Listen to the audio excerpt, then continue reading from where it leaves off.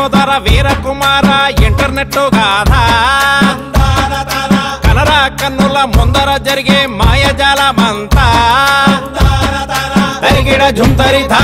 అసలు ఈ ప్రపంచంలో ఏం జరుగుతుందయ్యా అంటే పావురాలతో కబురు పంపే కాలం దాటిపోయే, ఉత్తరాలతో వర్తమానాల రోజు చెల్లిపోయే,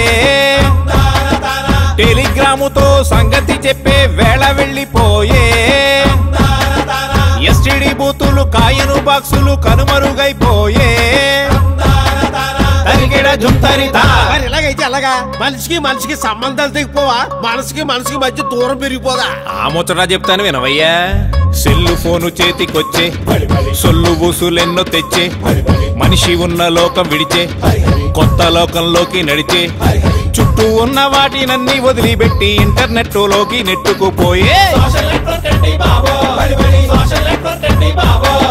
ఫేస్బుక్ అంటారు, ట్విట్టర్ అంటారు, వాట్సాప్ అంటారు, BBM అంటారు,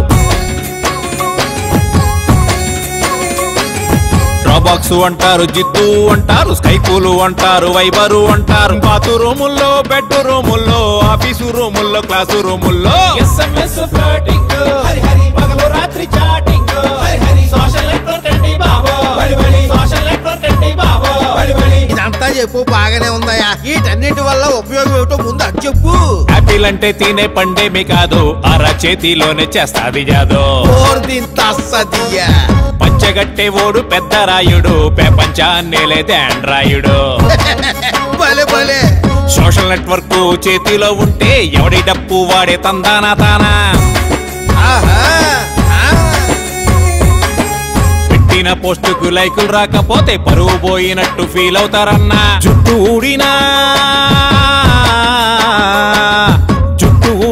జబ్బు చేసిన google.com కొడుతున్నారన్నా.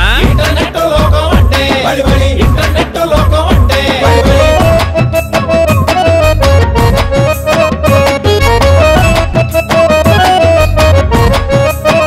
మరి ఇంకేమయ్యా, దీనివల్ల ప్రపంచం అంతా మన కాళ్ళ దగ్గరకు వచ్చేసి చాలా సౌకర్యంగా ఉంది కదా.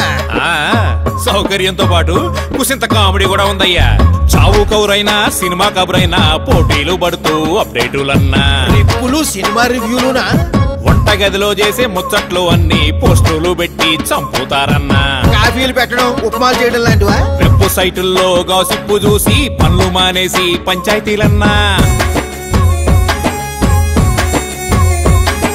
పెళ్లిళ్ళు అయినా పెటాకులైనా ఆనులైనులోనే అవుతున్నాయన్నా.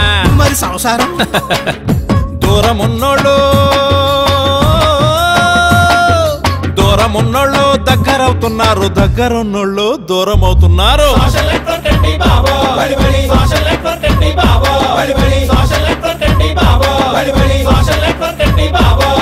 అయితే ఇంటర్నెట్ వల్ల మనుషులు ఎక్కడికో వెళ్ళిపోతున్నారన్నమాట.